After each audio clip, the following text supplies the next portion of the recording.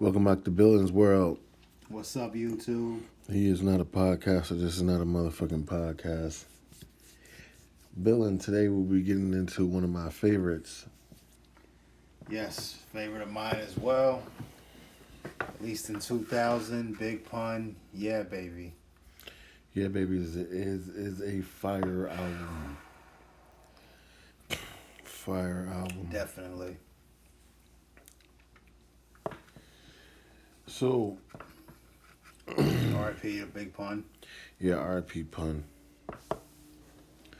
What is one of your favorite things about this album? Well, coming off of an epic release of the debut Capital Punishment, you wanted to see what he had in store for more. But unfortunately, he passed before this album did drop, and I believe it's been stated it wasn't completely finished. And I feel with it being a great album, I've listened to it plenty of times. Like I had some good times, great memories with this album. But it's you feel it's could have had some more Pun, as you get what I'm saying. Yeah, it felt more like a compilation album. That's what you're basically saying. That's because, but we got to remember, they Pun had passed away. They had to fill in some blanks with some people and stuff. But I believe what Billin is trying to say really is that it felt like a compilation album, which it kind of did. Still a good album, but definitely felt like a compilation album, though.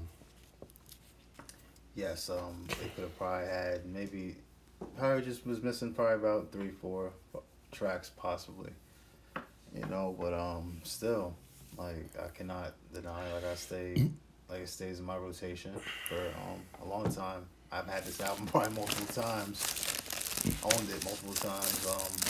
It's one of them albums where it's like it's got mad classic shit on it, even though it's like besides the whole compilation thing, it's got a bunch of classic shit on it. For sure. And Pun, he did what he made it do what it do, and he didn't stop working, after Capital Punishment dropped, of course he was Don Cartagena album, Terror Squad compilation album. Check those out, by the way, shout out Terror Squad, all that. But it's, and I feel like also it's like, wow, imagine. Hold that thought. Like, so what do you say? How do you feel? Like, about what? as far as your take on the album as a, you did say you feel it's a classic, right? Oh yeah, it's a classic. I mean, other than the compilation feel of the album, but it's like I said, like Pun's gone. You got to fill in some verses. Yes. But it's still classic shit. I mean, you got shit like Leatherface on there. You got shit like by the way, NY Giants on that shit. It's so much shit on that shit still. Definitely. A lot of good beats too. Yes, production, very different from Capital Punishment, but it was a couple years had passed, and but the production was, we have, if we had Just Blaze on this album, produced a few tracks before. He was with Rockefeller and them. But what tracks did Blaze do on this shit? NY Giants. He did Off With His Head. That's fire. I believe he probably did Wrong Ones. That's fire. I didn't know that. That's fire. Shout out to Sunkiss, you know what I'm saying? You ain't got no wins in me, Casa. Wow. Man, this record right here, I done been at parties. This record done come on, man. Shout out Tone Sunshine. Come on, man. Dick, yeah. He showed out on that one, man. I gotta give it to Tone for that. My Dick is Throw on my vest. That's a funny song. He had another funny song on this shit. You could catch me puffin', la la la la. What's the name of that shit? Oh, I'm laughing at you now. Of course. Oh yes, yes, he's on that. I'm laughing at you. And Tone was also 100%. You know what I'm saying? But he was. You know what I'm saying?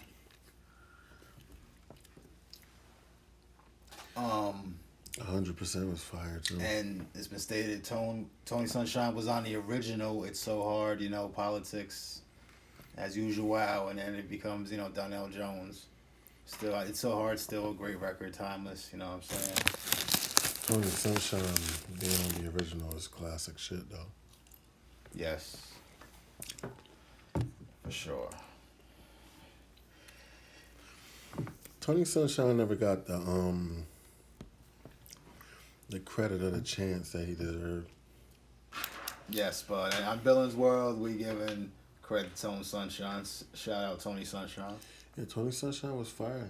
Yes. He was the reason for a lot of fire hooks from for Pun and other people. He had some good solo songs too. Yep, absolutely. I remember Grey Goose back in the day. Shit, Pun was the only person at the time. All I Need Is You. She's Like the Wind, all that. Yeah. Remember, yo, let's talk about the track Mrs. Martin, though. Remy Martin on that one. You know, Pun comes in the intro, comes on the hook. Mrs. Martin. Just take on that one. Remy.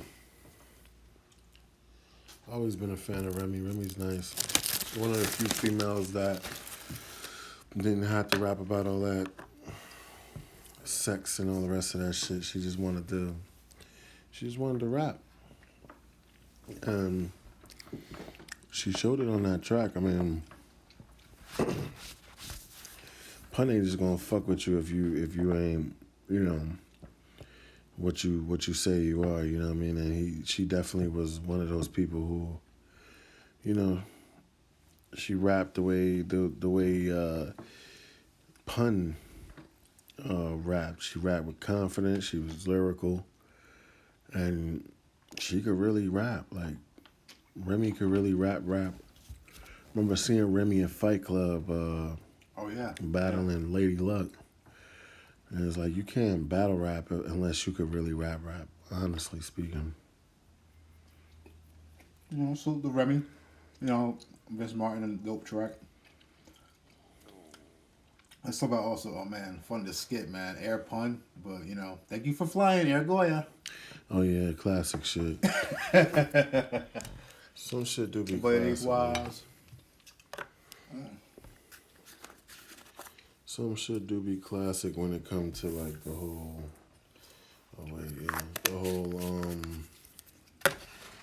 I know skit shit. There's some classic skits, there's some bad skits, but Pun had a lot of good ones though. Oh, for sure, definitely. Back on Capital Punishment, Taster's Choice, Packing a Mac, all that, yeah. Man, but I mean, Packing a Mac in the back of the act, Packing the Mac. Yeah, that was one of my favorite ones. Packing a Mac. Pun was a funny dude, man. You could tell he was a funny dude. yes, real one. RP to the legend. Leatherface, one of my favorite tracks off this album. The beat was fire. Pun was tripping on it.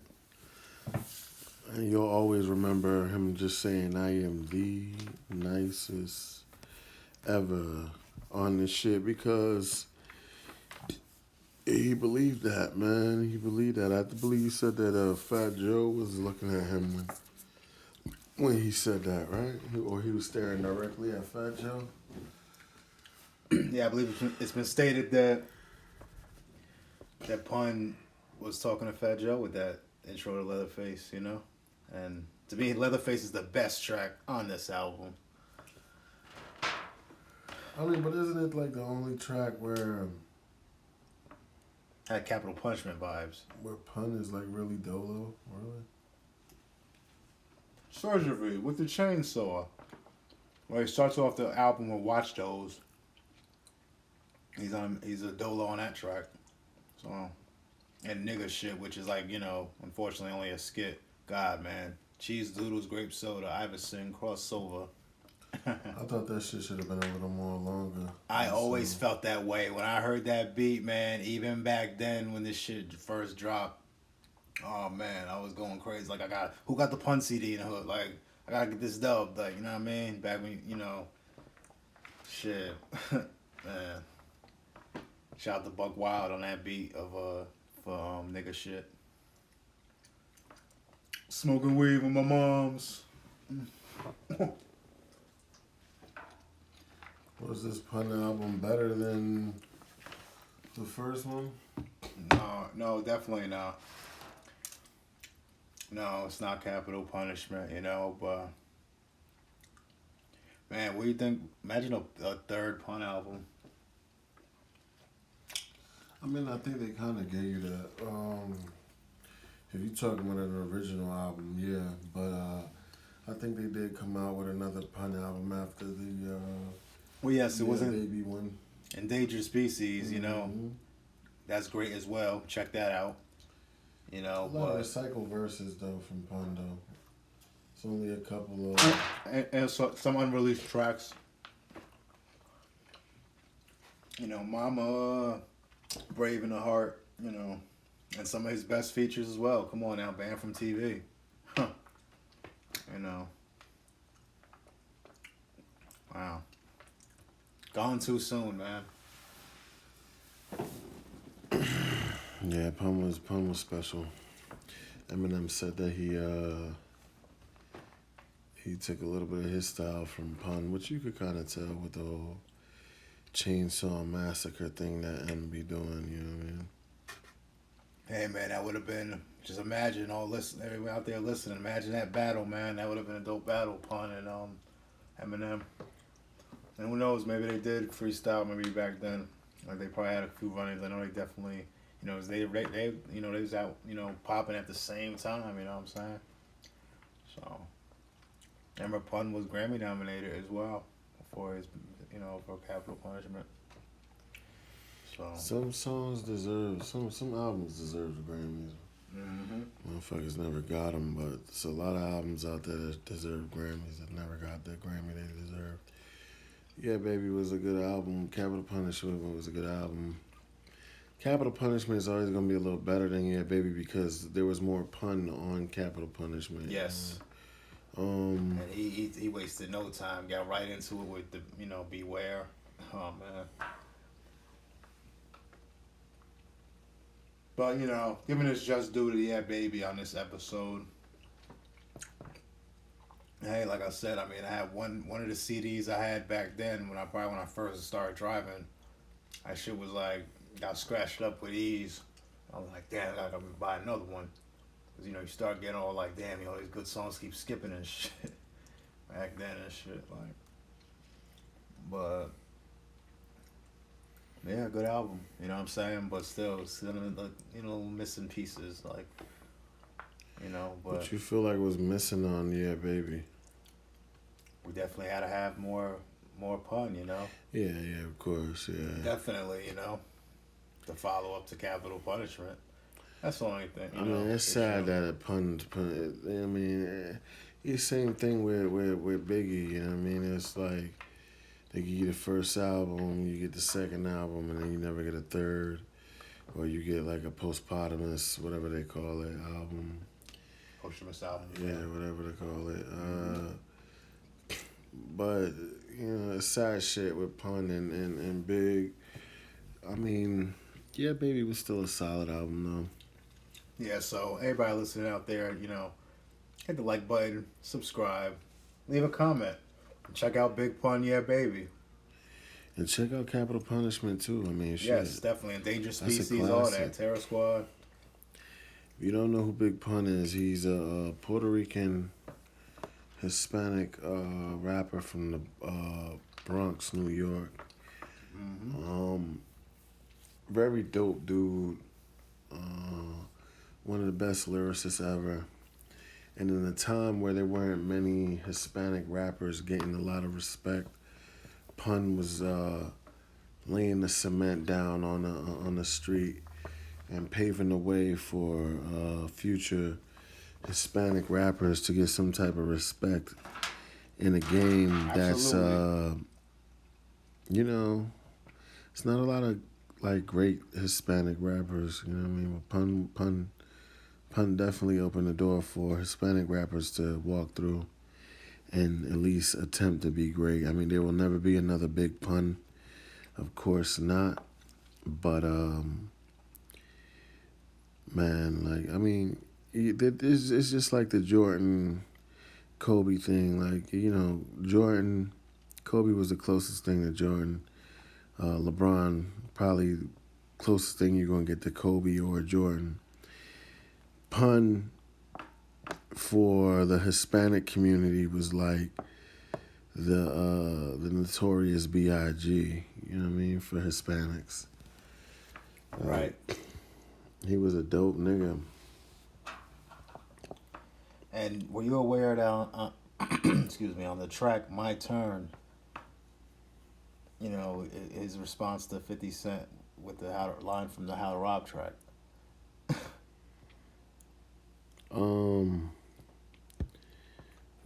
This is my turn. I demand my respect. Give me my burn. I'll get slammed on your neck. All right. So what did he say to 50? I believe the line was like a 50 Cent rapper, very funny. Get your nut off. Real life, I'll blow your motherfucking head off. Oh, that's kind of right to the point, huh? He waits to the end of the track, and then, like, I believe he talks at the, Yeah, that's real direct, real straight to the point. Had Pun lived, but, because this was... but hats off to 50. I don't think 50 meant any harm to that shit. I think he was just doing what he had to do. He was an artist definitely, Mm-hmm. But, hey, Pun let it be known that he was one of them cats. He wasn't having that shit, so... Yeah, well, we heard stories before about Pun, like he was a funny guy, but he wasn't one of the guys that you could, play with. There's many stories of him and, his street affairs, which we're not going to sit here and promote or nothing like that, because it's not like we, it's nothing to, like, brag about or nothing like that, but lyrically and for hip-hop, I think it was a good thing for hip-hop, 50 coming in, taking jabs at everybody, Pun taking a jab back, Jay taking a jab back, you know what I'm saying? Still sharp steel, right?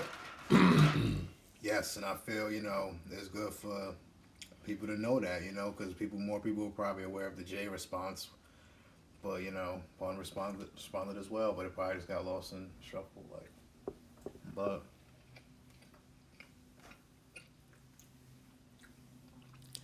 Pun's a different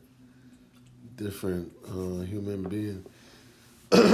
When he went on Leatherface, when he said, "What you want to do? You want to dance? You want to get hardcore?" Like he commercial, no matter. I got it all figured out, baby. Yeah, he really did. He really did. It's not a game, Pa. It's just people that you know in hip hop that you listen to that you could just tell like they got it down, like they know what they're doing. It's more than just like jumping on beats and rapping 16s. You know what I mean? Like there's rappers, and then there's musicians, and then there are musicians that rap. You know what I mean? Yes. And Pun was a musician, and he just happened to rap. You know what I mean? Like he knew what he was doing in certain pockets that he would be in, and certain things that he would do that was just different level, next level shit. Pun was a little bit ahead of his time. R.I.P. to the God, you know what I mean? Yes, definitely. R.I.P. Big Pun. We're going to continue to play your hits, your songs, all that. I honestly didn't even know about Fat Joe until I got a whiff of Pun. Honestly. No disrespect to Fat Joe, because Fat Joe is another guy who... you know what I mean? Without Fat Joe, I don't think you would know a Big Pun, right? Right. So, no disrespect to Joe, but I didn't catch wind of Joe until Pun came along. So.